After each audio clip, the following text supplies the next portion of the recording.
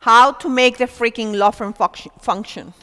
So my assumptions are going to be that all of you have achieved a certain level of success already. I think that's fair for all of you. And you're ready for the next level. Who's ready for the next level? Woo-hoo! Oh, look at you. Fantastic participation. Thank you. Okay. You would like your business to work as a well-oiled machine, yes? Thank you.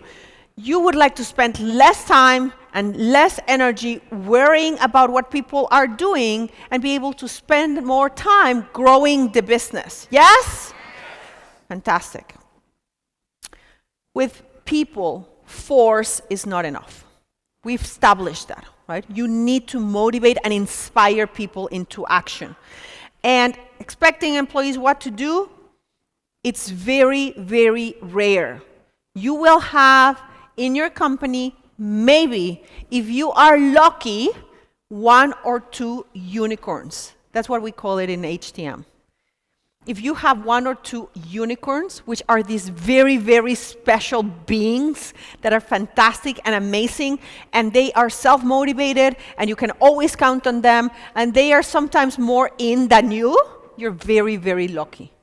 Most people are not like that.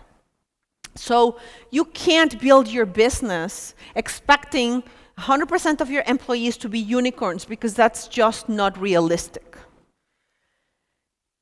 Even the most fantastic people require accountability, and bitching, moaning, and whining will get you nowhere. You need to stop bitching, moaning, and whining, what we call BMWing. You need to stop BMWing about employees and take responsibility. And if your team is not working as a well-oiled machine, ask yourself, what is that I, as a leader, need to start doing different, better? Anybody here feels like you guys have no control over what the employees do? Anyone? Any of you feel like the employees don't care enough?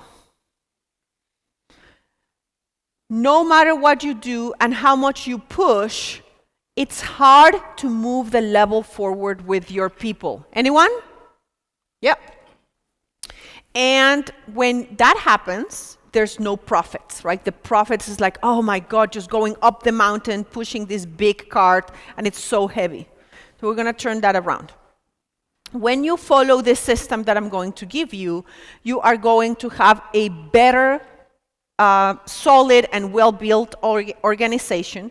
It will help you with your leadership skills, because when you do these things, you're going to naturally find what's broken.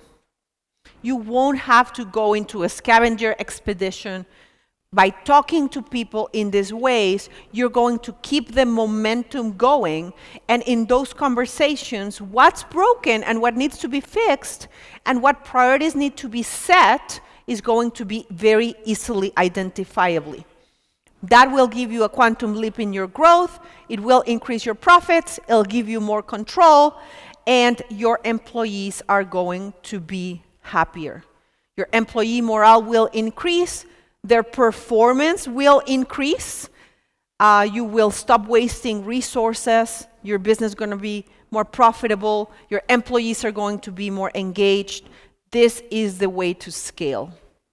So, 3 weeks ago, let me go back. Around January this year, my mom works in Mexico in a university, a college that's called the National University of Mexico City. It's a pretty big organization. They have billions of Mexican pesos, but billions of Mexican pesos in budget. I mean, it's humongous. And one of the departments, the science department, was, it's the 80-year anniversary of that particular faculty, I guess, department. And they made an alliance with the New York Institute of Science to bring a performance to Mexico City with several orchestras that they have. and play this play of Icarus. Do you guys remember 2 or 3 LQMs ago that we had the Icarus? Yeah, it was fantastic. Anyhow, she invited me. She worked really, really hard. She had people from all over United States, Canada, Europe flying in to be able to see the performance of this orchestra. A lot of important people in Mexico attending this event. And she said, why don't you fly in? Because I've spent my whole year almost working on this event. So I flew in. And then we were in this amazing concert hall. And the orchestra comes out.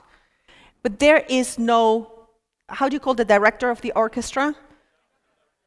There's no conductor yet. They're just practicing. And this is how they sound. I'm going to play the video.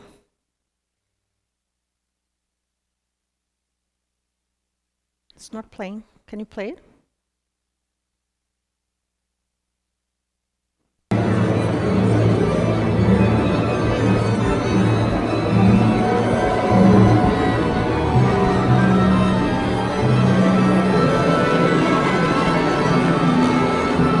Do I make my point?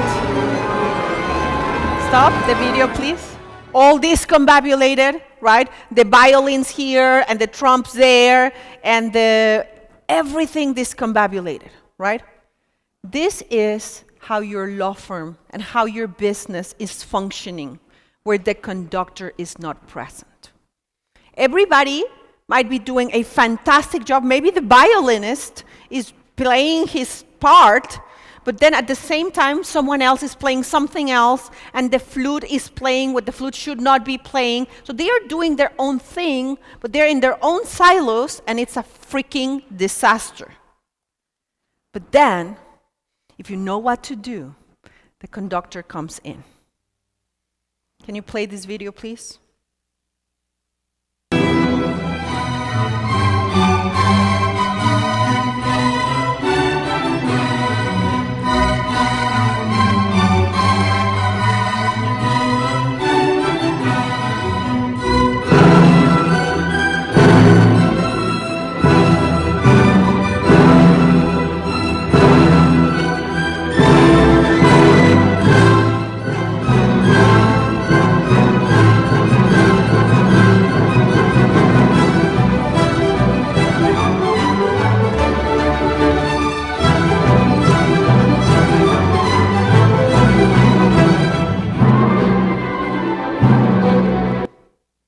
Art, right? Everybody playing in its time, at its tone, in the correct moment. And what do we have? Perfection. Yes? That's what you do. And you need to become the conductor of your own team, of your own orchestra. Because no matter how fantastic your violinist is, it won't do much by his or herself when the flute is playing something else. Okay? So this is the whole thing behind this. You are the conductor of the orchestra. And you have this fantastic team, but if you don't know what they should be doing and you don't direct them, it's a disaster. So, you are always asking about how should we run this law firm? Beyond the specifics of the 7 parts, what needs to happen when my team starts growing? When I start having a person doing the marketing department and the sales department and the production and the finance, and the more you grow, this becomes more relevant. So this is the meeting cadence that you're supposed to have. All of this is in your workbook, so don't stress. It's page 37. You don't have to write all this because you have everything. If you can keep your eyes on the screens, that would be very helpful. I've divided them and color-coded them based on who needs to have those meetings. You have on the left the owner, then either the COO or PLA or general manager, call it however you want, but it's the person that makes sure that the operations run, and then the department heads. So the owner, I can't read that. I'm gonna go here.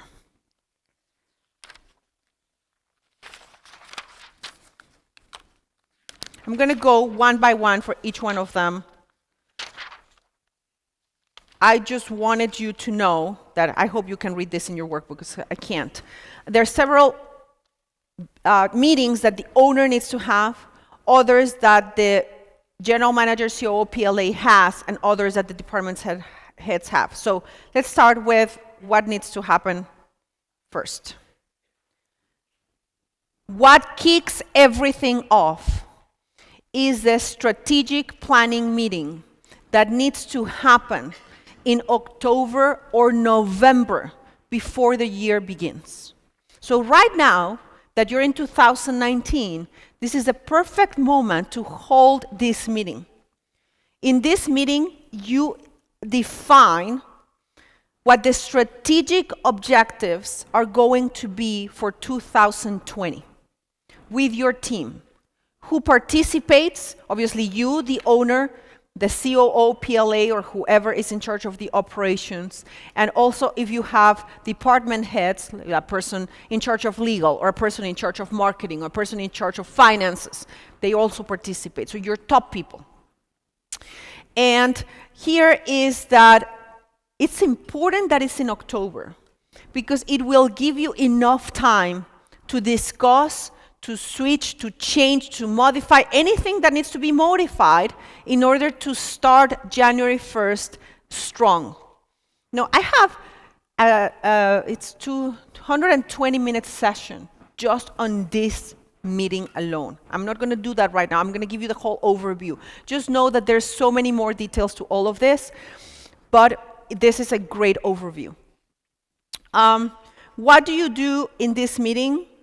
Number one, you discuss your vision. You need to know that everybody is clear on what the vision and the mission of the company is.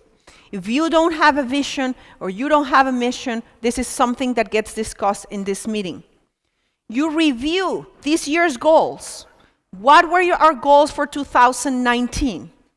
And how close or far away from those are we currently are? What are our projections for the end of 2019? By October, you have a pretty good idea as to how you're going to close the year. You talk about the 3-year goal. Not 5, not 10, 3. Okay? 2022. Where do we want this company to be? What do we want to be doing? Why no more than 3 years? Because even 3 years, it's important to plan, but there are so many things that are going to happen that you don't want to be, just creating dreams in the air. It's not worth it. So 3 years. And then you're going to say, if in 3 years we want to be, like Arjun was saying, in $50 million, what is our goal for 2 years? And what's our goal for next year? Where do we want to be at the end of 2020? And you're talking big picture. You're talking gross revenue. You're talking like big metrics, right? You're not going into the details. You can say, for example, I think Alan, we were talking the other day, and he said, you know what, I realized that in my practice, like 60% of my practice is this SKU, and for this and those reasons, in 2020, I'm going to make the switch from this SKU that I want to let go of to just focusing on this area of practice. That's a strategic objective. Right? Another strategic objective could be, we're going to make sure that during 2020, we complete the legal department and we bring in these 2 more people and we promote this person. Or another strategic objective is to penetrate the market of whatever referral sources. Just big picture as to what you want to do in your business. What needs to happen during 2020 so you can reach that gross revenue objective? Make sense? Yes? Okay. So, 1-year goals are defined, and then what you do is that you break down the yearly goals into the quarterly goals. So by the first quarter, what needs to have happened? Gross revenue, marketing, sales, profit margin, finances, hiring, firing, the 7 parts of the business. By quarter 2, by quarter 3, by quarter 4. By the way, what does this resemble to? Thank you, the business plan workshop. If you recently attended a business plan workshop or you've been there in the past, that's it. That's what we're doing. Add the vision and the mission piece, right? And that's what we're doing. We're setting our goals for 1 year, 2 years, 3 years, and then breaking the next 12 months into quarters. And this is important because you have the department heads present. Whoever is in charge of marketing, whoever is in charge of legal, whoever is in charge of finances, whoever is in charge of production.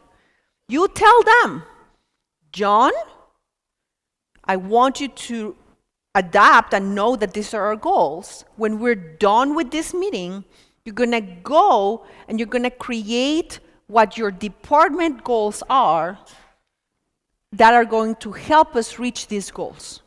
So these are the company goals. Now go, it can be done there depending on the length, but if not, they go, the department head, and said, marketing needs to do this, sales needs to do this, legal production needs to do this, finances need to do this.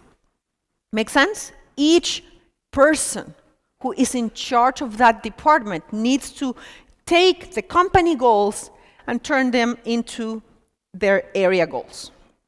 Okay, and in many of these cases, this is a place where the budget for next year is discussed and created. Where we decide, based on these goals that we have, how is that our budget needs to be planned for next year. For those of you who have a CFO and you've attended the budget planning workshop, you've heard already Jose and Evelyn and Daniel tell you this over and over again. There needs to be a budget. And obviously, each one of the areas will have its own budget. Are we going to have resources moved into marketing? Are we going to have resources moved into sales, into production, etc.? And we are going to talk about, obviously, resource allocation by area. Now, on page, let me see, so I don't lie to you. Okay. By the way, page 38, everything that I just told you is right there. Page 39, okay? This is kind of the summary, this is the summary of what you should know at the end of that meeting. Very simple, in one page, you can summarize the agreements from that meeting. Okay, I'm not going to read you all that is here, but it's basically the same thing that I just told you. What is the vision? What is the goal for the next 12 months? How we're going to break that into quarters? And what are our strategic objectives, etc., etc. Now, when is that this meeting took place? October. Okay, good. By the way, we're in the middle of October. You can still, schedule it for the end of October. As long as it happens before January, we're good, and not obviously on December 31st, right? So the earlier, the better. Okay. Back. Yeah. Oh, yeah. So this is what is on page 39. Then we go to strategic planning meeting. Okay, this already talked about. Why is this repeating? Okay, there we go. So, what happens next? After this meeting, you spoke to each person that is leading each of your departments, and you send them out so they can think about their strategic objectives for their department and come back and present to you their plans for next year. So you're going to have the strategic planning meeting number 2, in which you are most likely going to hold it 2 to 3 weeks after the first one. So let's say that it's going to be November. Who participates? Again, the owner, the PLA or COO, and the department heads. But here, what happens is that the department heads present to you. You told me that this is our vision. We agreed that this is our objectives, and this is what my department is going to do. These are the resources that I need. This is what I need you to approve for my budget or for my responsibilities or for my priorities. And they break down those goals by quarters. Same thing you did for the company, they do for the departments. And then we have a different sheet that is on page 41, in which is similar to the first one. The only thing that this is broken down by department. So what are going to be the objectives of marketing? What are going to be the objectives of sales, legal production, finances, etc.? And you do it and break it down by quarter. You have a question right now? Yeah. Yeah. I have a question about this. Can you define what would be a department head? Yes. So the smaller... Because you don't, if you're smaller, you may not have a marketing person that's in that capacity. Yes. So the can you just... smaller your firm, the more of these hats are going to be with you, with the owner. The reason why I say department head is because I don't want you to think that you need to be doing this for the rest of your life. Once you have, even if it's a marketing assistant, right, that person will be sitting with you, and together you guys are going to define the objectives on that. If you have a dragon, for example, he or she might be doing the consultations. You might still be in charge of the results of that department because you don't have a sales director, but you together discuss their objectives. To the extent that you are the managing attorney and you're still overseeing all the legal department, then that's also going to be you. But you do it, maybe you have 1 or 2 employees on the legal department, you involve them. So to the extent that you are holding the hats of these people who are responsible of all these positions, well, obviously you're going to have to do most of it yourself. For the larger firms that you have people on each one of these positions, just make sure that you involve them and you take into consideration their feedback. Make sense? Okay. So, then very important that before the beginning of the year, the company has a vision. We have identified where we're going in 2020 in the next 12 months. We have goals for sales, for marketing, for profit margin, like big numbers, right? And each department knows exactly what they need to produce per quarter. Very important. And then we start with the kickoff meeting. This is one of my favorite ones. The kickoff meeting is a meeting that should be held at the beginning of the year, as close as January 1st or 2nd as possible, as soon as everybody's back, right? Who participates? Everyone in the company. You have 3 employees, all 3. If you have 50-50, if you have 2,000. Everybody in the company.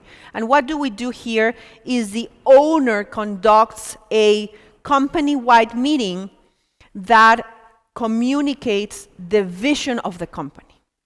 We need to align everybody in the company and keep on repeating again for the 25,000th time what the vision is, what the objectives are, where do we want to be by the end of the first quarter. This kickoff meeting will serve as kind of a quarterly kickoff meeting and an annual kickoff meeting. That's what happens for the first one of the year. And we make sure that everybody knows in no uncertain terms where do they need to be accomplishing what by the end of the first quarter. And we remind them of our vision, our goals, the company values, the why, and why are we doing what we're doing. What is our culture? What is our objective? And how is that the company reaching its goals is going to be good for the employees? Do not forget this last piece. How is that the company reaching its goals is going to be good for the employees? if you're going to be hiring more people, if you're going to be helping more of your clients, if you're going to be doing this, if you're going to be doing that. How is that and those goals going to improve the employees' goals, lives, ambition? And basically, this is a vision meeting, right? The owner shares their goals for 3 years. What is the one thing that an employee is thinking about when they join a company? What's in it for me? Sorry? How long they will be there? What else? That's it. Growth. Is this a company that is growing? Is this a company where I have an opportunity to grow? That's all they are thinking. Of course, the salary and the position, but that comes second. If they believe that the company ain't growing, their need or desire to join that company is going to be so much less. So make sure that you communicate the goals for the future. This is where we're going. This is what we're thinking. This is how we're going to be investing. This is the environment that I'm going to create for you as our team, for you to thrive in this company and, Mike?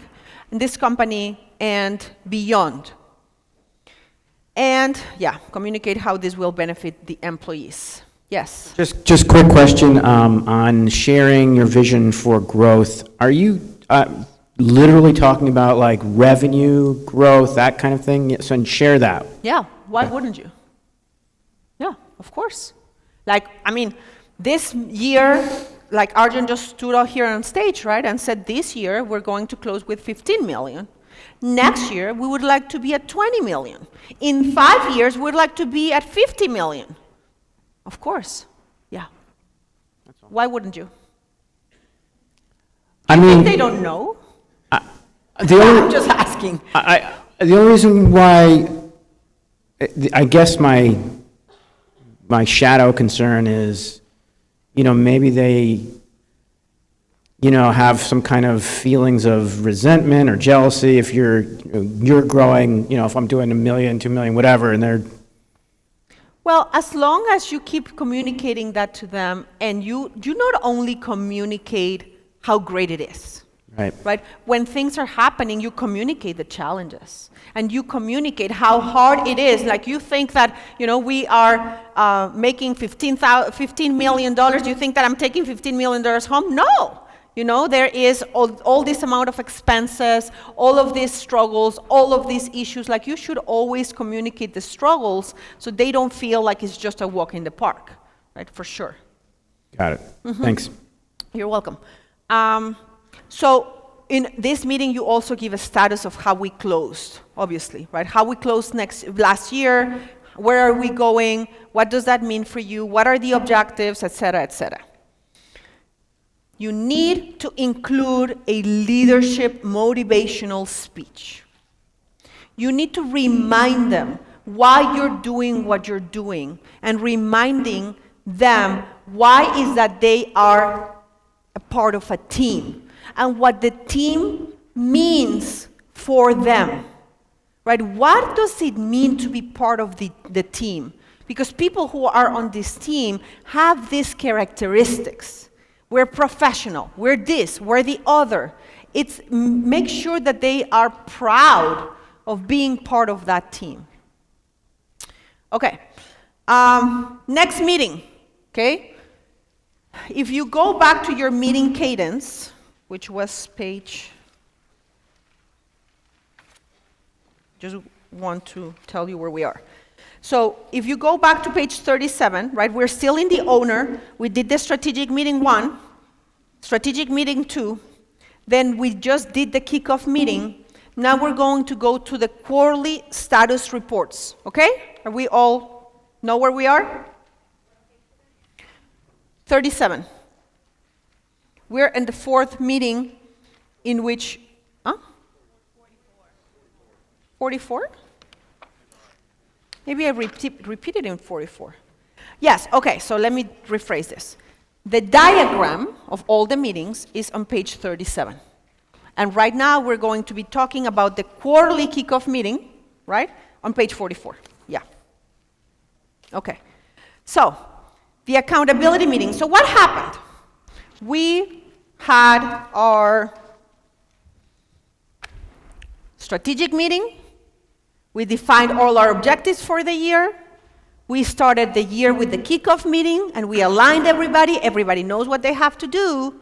And now the owner also has to have a meeting every quarter to see how we're doing, to get everybody together and get a status report of how each department is doing. Again, if you don't have people in those departments, you just bring together your employees. If it's 4 of you, you do it all together. The important thing is that you revise.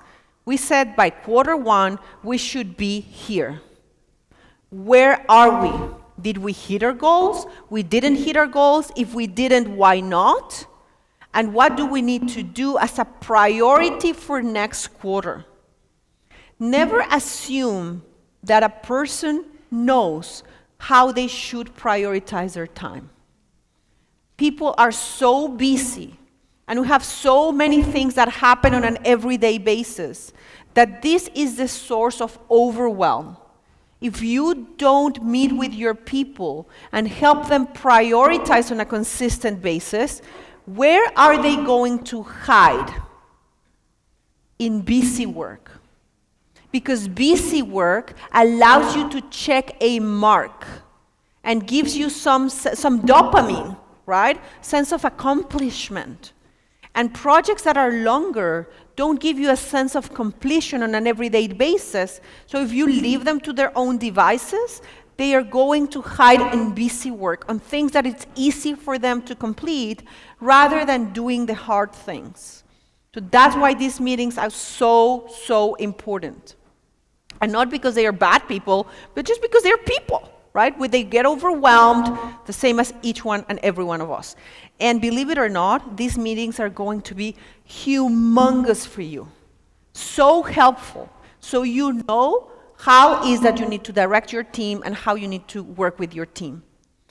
So in this department meeting, in this department quarterly meeting, the heads, the people in charge of these departments, give you a status report as the owner. Obviously, if you're the owner, you communicate to them, or maybe you have your marketing assistant communicate their goals, and you have your bookkeeper communicate their goals, and you have hopefully your your managing partner communicate what they achieved. So whoever is responsible for the metrics communicates how we're doing, and then we discuss the issues.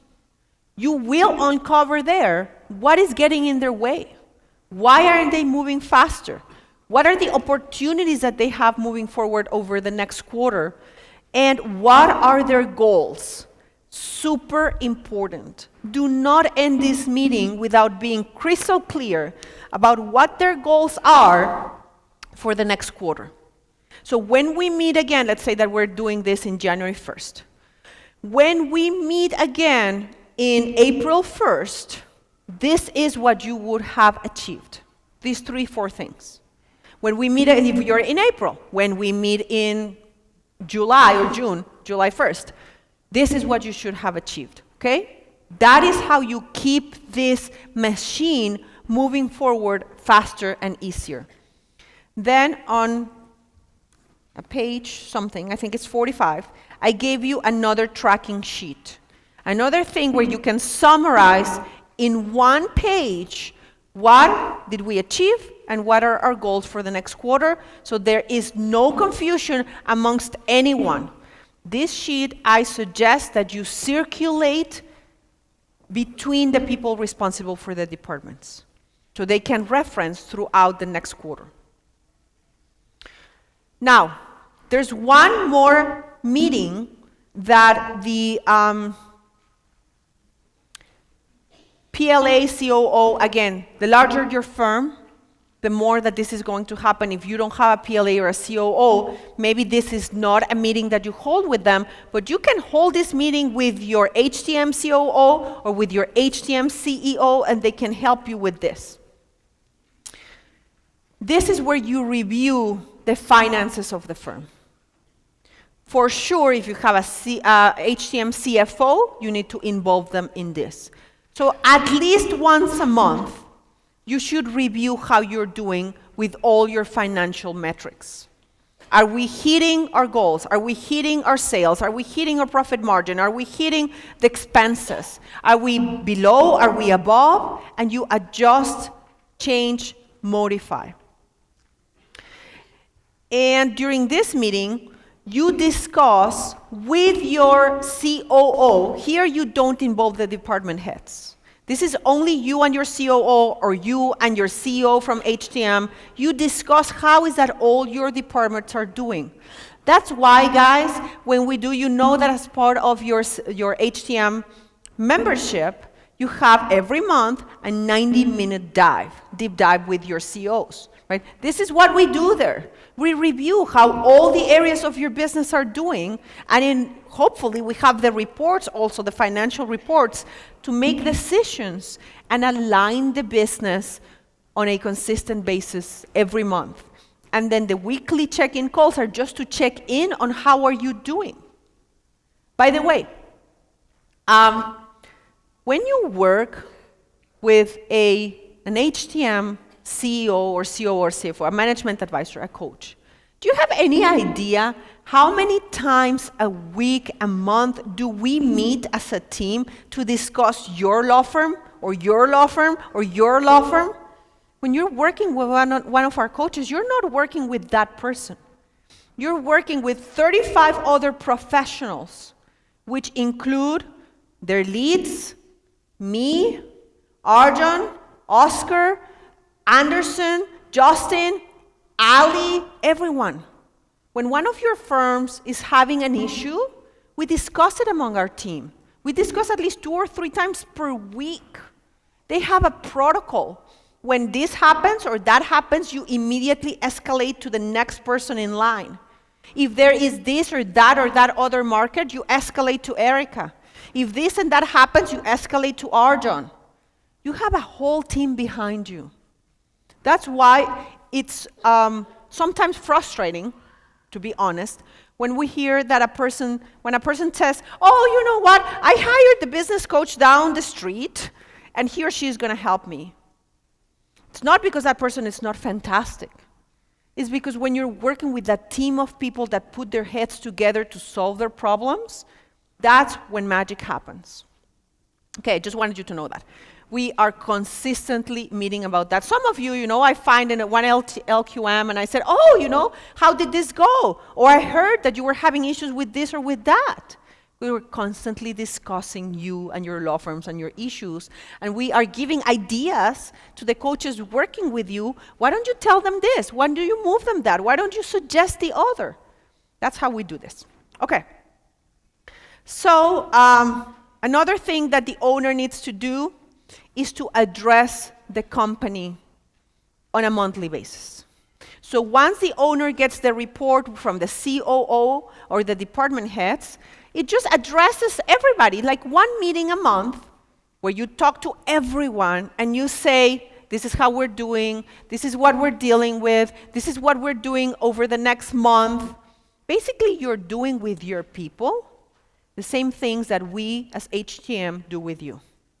We set quarterly goals, we do monthly check-ins, and we communicate progress in between. It's the same thing, okay? Okay, so going back to this thing, we've done and discussed everything for the owner. The owner has a strategic meeting number 1, which is held in October. Strategic meeting number 2, which is held in around November. A kickoff meeting of the year. A quarterly meeting every quarter. A monthly meeting with the whole company. A weekly meeting with the direct reports. Right? So if you have those department heads, sometimes the owner meets with them on a weekly basis. If you have a COO, you just meet with the COO. Okay, so now we're going to the PLACOO. Let me go back to my meetings. Yeah.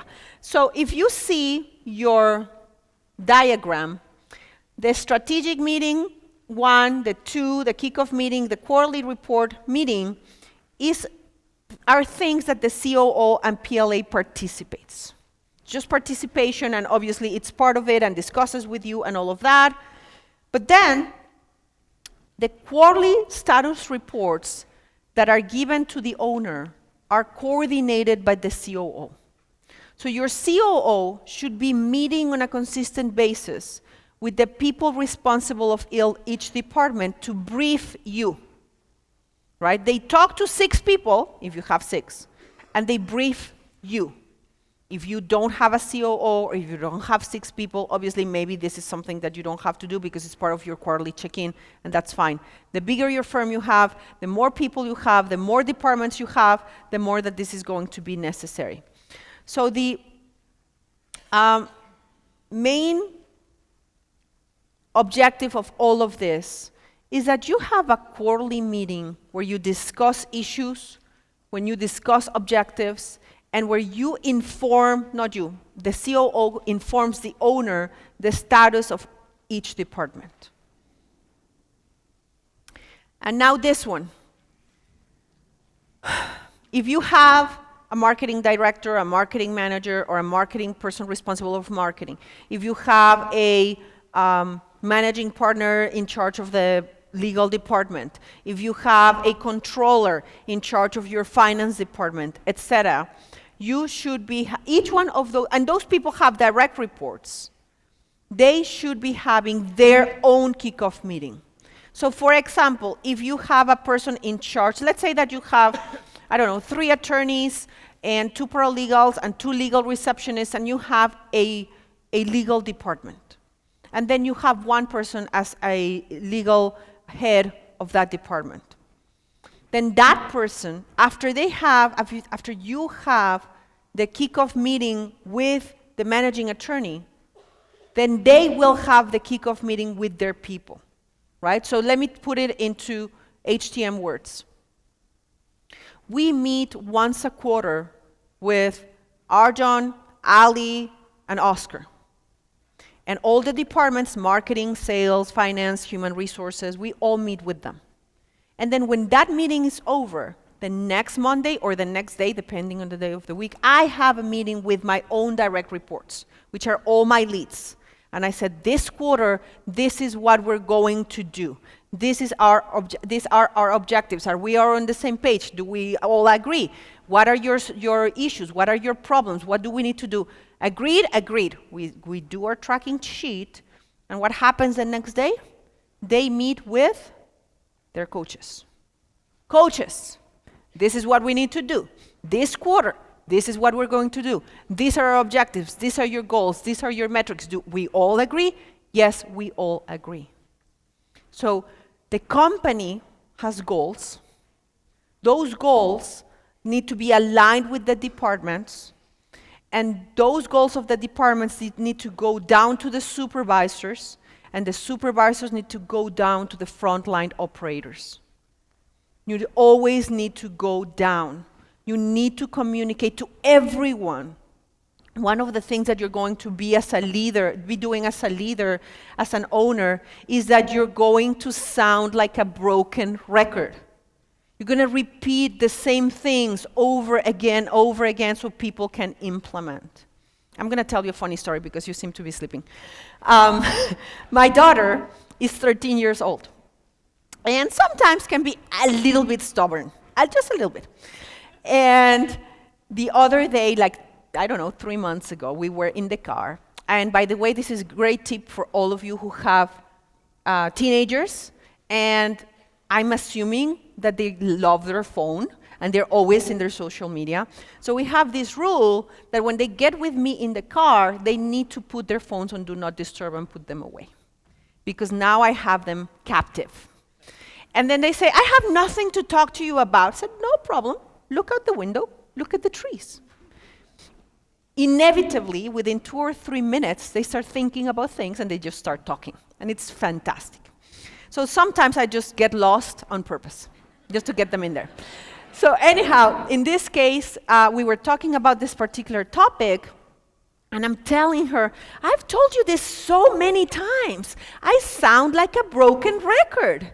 She looks at me and she was like, what? And I realized that she's 13. She doesn't know what a record is. So I had to explain to her, when I was younger, there were these things. There was no Spotify or iTunes or anything like that. There were these things that were called records, and then there was this machine that had a little needle. I have to explain the whole thing. And then they said sometimes they got scratch, and they would just keep repeating the same freaking thing again, and you had to go and move the needle so they could keep on playing. And she kept on saying, like, what are you talking about? It was so hilarious. And then she said, Mom, I'm telling you, you're from the old century. Yes, okay, thank you. That backfired a little bit. Anyhow, you need to sound like a broken record. Really important that you keep on communicating. Okay, so I already told you the department meetings, department heads, if you have them, they need to communicate to their people, and they need to share their objectives and know what to do. Now, I'm going to go to the department heads.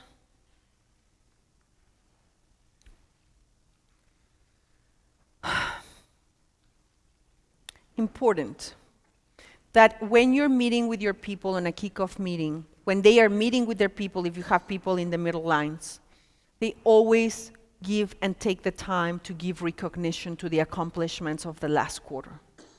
If you want your people to strive for more, you need to be adamant on reminding them of all they've already achieved. Very important. Remember that you're working with people. People love to succeed. People don't like to struggle. Sometimes do we have to give strong feedback because things are not working out? Absolutely.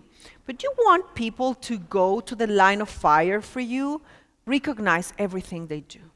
The more that you recognize what they do, the more they will strive to do a good job so they can feel good about what they are doing. Because naturally, people actually want to feel good about what they are doing. Okay. I'm going to skip this because you have it here.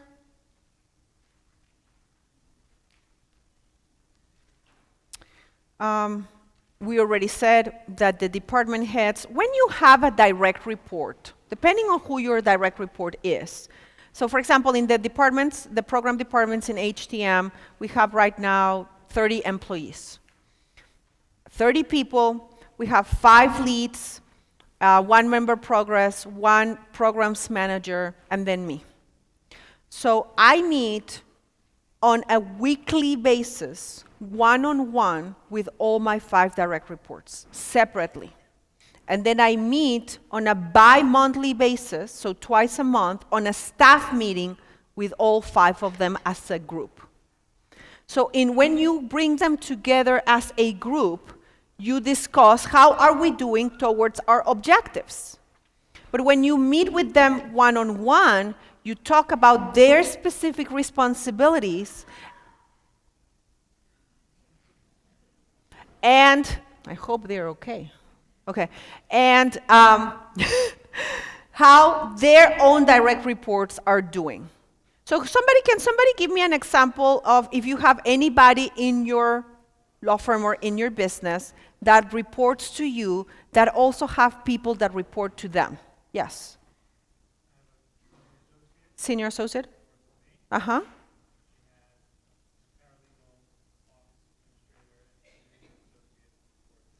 Okay, so you have your senior associate that has 3 people that report to her, and she reports to you. Exactly. So you would meet with her at least once a week, right? And then, do you have other people that report to you in the firm?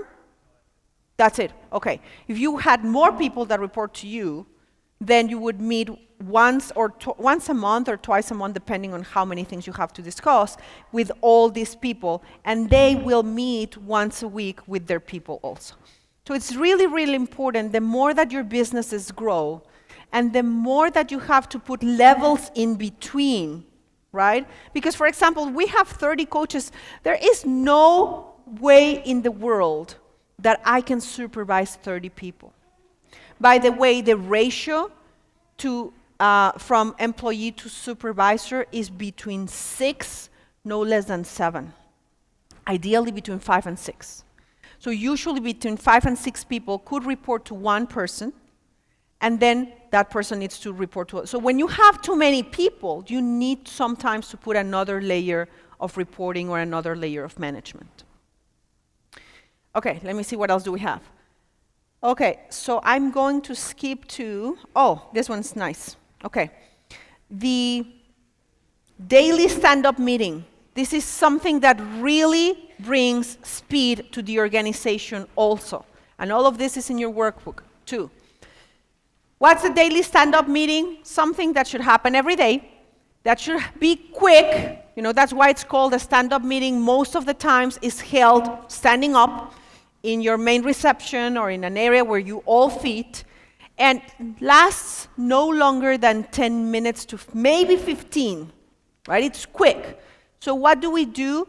In most of these meetings, if your business is small, all of you will meet.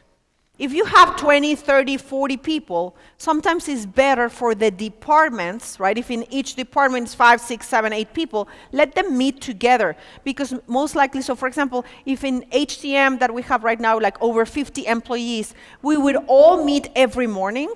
Oh my God, I don't want to know all the details of what human resources is doing that day and marketing again, but I want to know what my people are doing, right? So you assess. If you have few employees, you do it with all your employees, and this is very important that you do a round-robin style. And what you do is you are going to ask them about their main accomplishment for yesterday. What are you most proud of that you did yesterday? And then, what are going to be your top 2 or 3 priorities for today? Do you need any support from any of us so you can achieve those 3 priorities? Oh yes, finance, you know what? Can you please just approve this thing that you've been holding in your desk for the last 3 days? Because I can't do my job without this. Okay, perfect. Or you know what, owner, can you please call this person because we need to move this thing forward? So what are they most proud of about what they did yesterday? What are the 2 or 3 focus for today? And what's getting in the way, and how can you get them or help them get through all of that? No discussions, no arguments. This is just to keep accountability moving. As the owner, I do suggest that you use this opportunity to pump up the team. Your soft skills. Give them a 20-second, 1 minute motivational speech that reconnects them to who you are as a team and what you're doing in that company and why it's important. You don't need to create a policy and procedure if you're going to start doing this. Just tell them what this meeting is about, why is it important, how it's going to benefit them, and just do it. Okay? Can I ask a question here? Yes, of course. Okay, so what if everyone is not there, and what if in that, what time is that meeting? Is that like first thing in the morning? Okay, and if, like, let's say someone's not there. I don't know, some issue came up and they're not there. Then do you wait until everyone gets there? No, you have your meeting every day at the same time. If they are in court, for example, and they're not going to be there, you just tell the team, such and such is in court, she won't be here. Ideally, what you can do there is whoever that person reports to, so if it's you, the day before you would tell her what were your main accomplishments of today and what are you going to focus on tomorrow. And then the next morning, when you're having your stand-up meeting, you share it with the team. Okay. But you don't stop it because an employee is not in the office, or there is vacation, or there's something. And you said no discussion, so if an issue comes up, then you save that for the weekly meeting. No, if you have an issue, for whatever thing, you say, you know what, after this meeting, let's go to my office, let's discuss this. On individual? Yeah. Thank you. Yeah, I mean, unless there's something that everybody needs to know, you can say, okay, I'm gonna call a meeting today at 5, maybe there's no more time, right? Or today at lunchtime, and we'll discuss this specific issue because it's important enough for us to discuss today. Now, there's some issues that are not that important that can wait to the weekly meeting, and then you move them to the weekly meeting. Okay? We're gonna have like 5 minutes for questions, so if you have questions, just let me know and go to the mic. Okay, this biannual performance review, we have a whole policy about this. It's very, very important that happens. Every employee should have the opportunity to get feedback about how they are doing in the job. No, this does not mean that this is the only time you give them feedback. No, every week you give them feedback. Every week you give them direction and support. But besides that, you know, maybe every week you say 5 minutes about this or 5 minutes about that, but twice a year you meet with them to discuss the position and all their KPIs. How are you doing on this? How are you doing with that? How are you doing with the other? You participate, obviously, with the employee, and you have a formal feedback form. Yes, we do have a form. So what you want to do is that you want to review all their KPIs. Your main KPIs are A, B, and C. How are you doing with them? What you want to do is that before the meeting, you want to ask other employees that interact with them to give you feedback on a confidential basis. You say, you know what? The performance review for John Doe is coming up in 2 weeks. Can you please answer these 3 questions about John Doe's performance for me? Now, you also send a form to John Doe and send Joe Doe, we have your performance review in 2 weeks.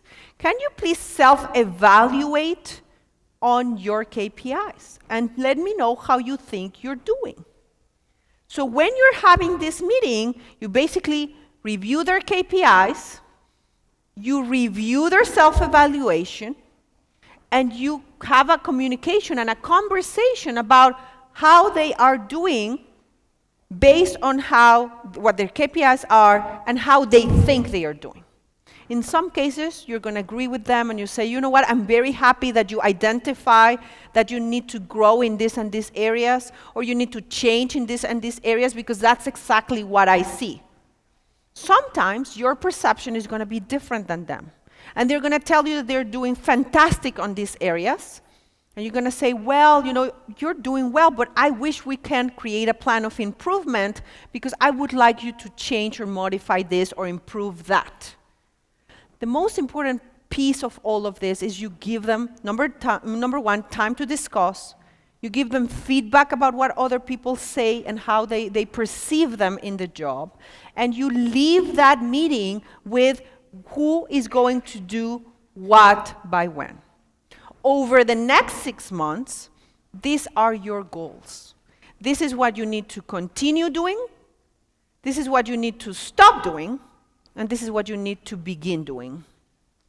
And this is how we're going to measure it. Do we agree? Yes, we agree. We sign it, right? And it goes to the employee file. Obviously, that's what happens the first time you do it. By the second time, when you have this performance meeting again, you will take out the last one you had and also use those agreements for communication about how they are doing in their position. Make sense? Okay. This is the end of the meetings. Super quickly. Data. Everybody in your organization should be measured by one KPI and one KPI only, ideally. They should have a main KPI, at least no more than 2 or 3. And you need to give them a number about their performance. We're going to talk about that tomorrow morning at length as to why this is important. You cannot improve what you don't measure and you don't track. You might have explanations as to why the performance is at this number instead of that number, but if you're not measuring, you can't track it and you can't improve it. So you should have, all of you should have an owner dashboard. An owner's dashboard, which if I'm not mistaken, I added it in here. It is on page 61. Okay, it's right there. It's a dashboard that you're able to review in 5 minutes. And it has the main numbers of your business. Important, before you keep on looking at the dashboard, can you look at me for just 1 more minute?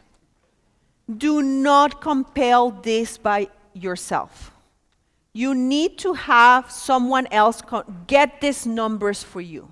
Why? The person that gets the numbers, they get into the box with the numbers because they're getting the numbers.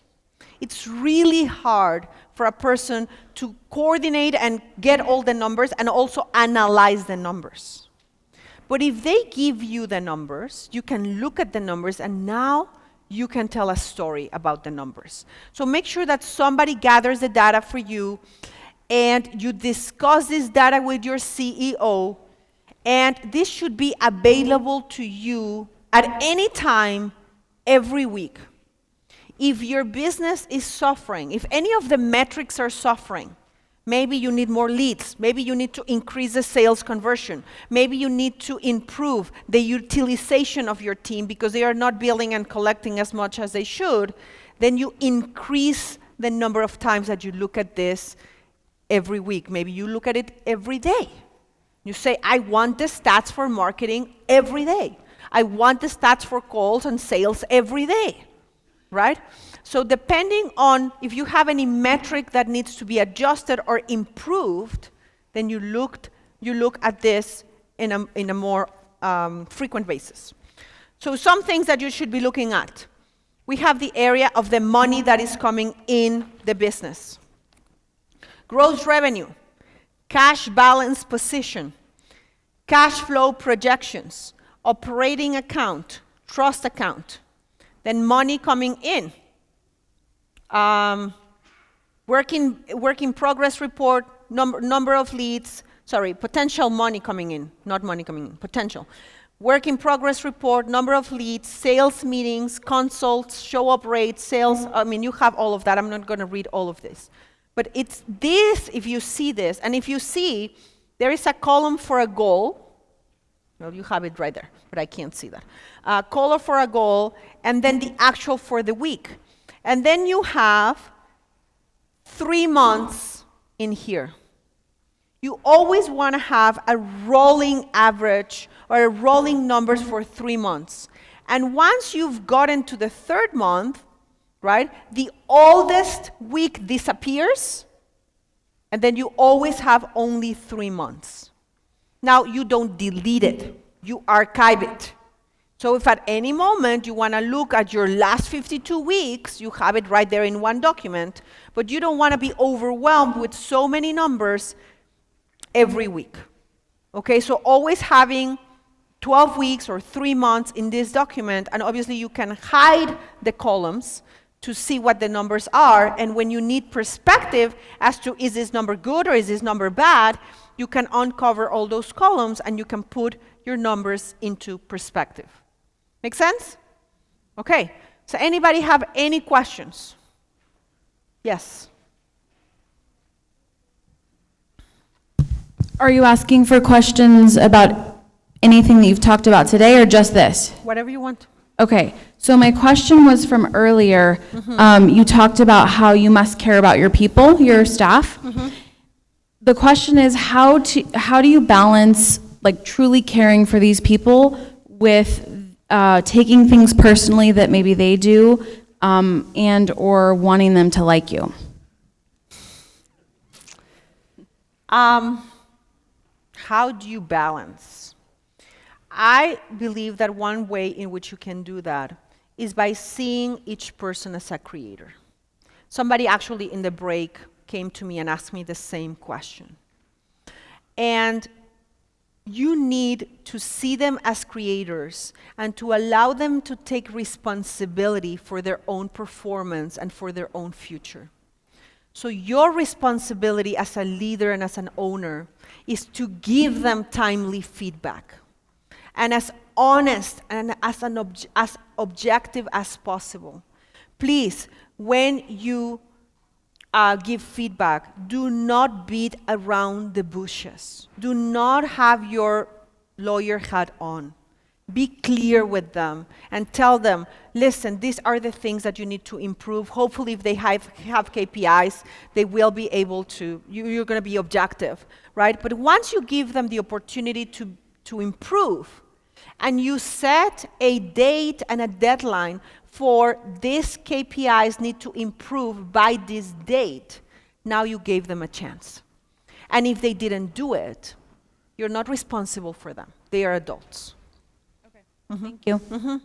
I'm going to take one more question because we need to take a break. But anybody that has questions, please, this time, meet me in the back of the room and I'll answer all your questions. Yes? For goal setting for employees, Yes. how involved should the how involved should the employees be in setting their own goals versus me or the owner giving them goals or I love that question. That's an excellent question. And tomorrow morning we'll answer this in lots of detail, but this is the short version. Yeah, just give us a primer. Yeah, I will. For every KPI that you have, you should have a standard. So if I tell you, I'm going to tell you this whole story tomorrow morning, but if I tell you that I run a mile, maybe you guys are runner, I don't know. When I started running, I didn't know, right? And my first mile that I ran in 12 minutes. But if I tell you I run a mile in 12 minutes, it means nothing until I can compare it with something. I'll tell you the whole story tomorrow morning. But the point is, for each KPI that you have, right, if you have a salesperson coming in and you tell them, I expect your conversion rate to be no less than 35%, now they know that the minimum acceptable for that KPI is 35%. So now that they can self-regulate. Now, once they have an idea of what a past acceptable performance is, and they know what their current performance is, you involve them in the decision as to how fast they can improve their performance towards the achieved goal. But you say, this position should be at 50%, so the business can reach their goals. And you are at 30. Now what's up for discussion is how fast and what are you going to do to get from here to here. But the goals and the KPIs are set by you. But then if we want to grow it to 75% or 60, whatever the number is, do we let them set their own, well, you're going to talk about it tomorrow, but You have a conversation with them, and you basically say, this is where you are, this is what is expected, let's discuss What how do we you plan think you to can get there. do? Yes. Okay, thank you.